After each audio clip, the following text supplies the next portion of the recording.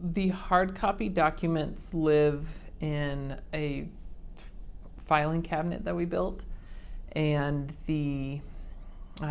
and within that there's sections by provider. So we have a folder for the cardiologist and a folder for speech therapists, and when we go visit that doctor and we get new pieces of paper, we just put them in the front of each file. So they're roughly chronological. And then we have soft copy of important documents. So when we get diagnoses or evaluations done, we will scan those and just save them in a Dropbox folder. That's how we store, I think, most of his information.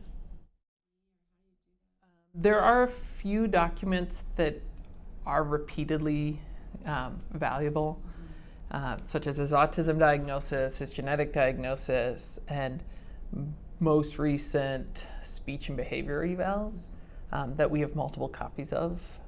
And so one copy will live in like a quick to go folder, and the rest live in their respective specialist folder.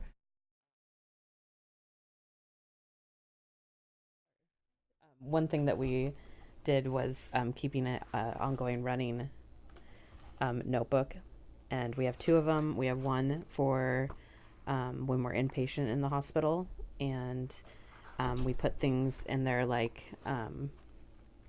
heart rate and respiratory rate, or if his temperament changed, it would change almost hourly with different meds that he was on, and we would put that down.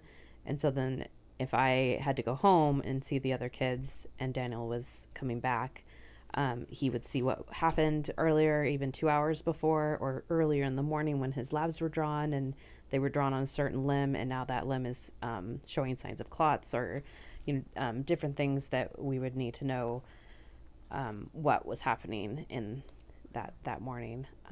So we try to write in it as much as possible, and then we have a separate one for appointments, and the same thing, we have questions, and then we put an A for what the answer was, and then we can look back the 3-month appointment previously and see what his echo looked like or what his labs were doing, and trying to work together with the providers and the teams to see the bigger picture of everything.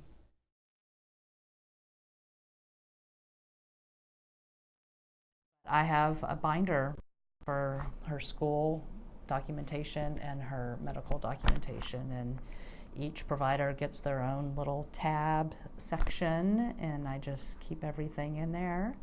And then I also have a folder, so when we travel, I take her most current reports and a disc with her scans on it, so if she has any complications while we're out of town, I have that information with me all the time.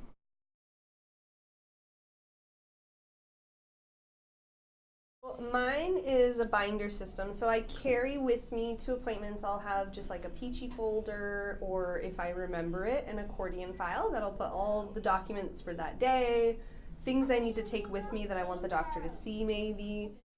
That's why some of these aren't labeled. I'm moving stuff around, so I always tell people, like, don't officially label it until you know you want it there. So I spend 6 months playing around with my layout.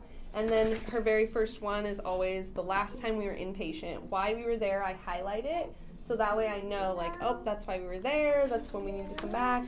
Her lab results, and then, again, here's one scan. And these only have pictures because I wanted the doctor to see, but then here, like I was talking about, final reports, and then it just goes down by her clinics: endocrinology, neurodevelopmental, nutrition, ophthalmology, biochemical.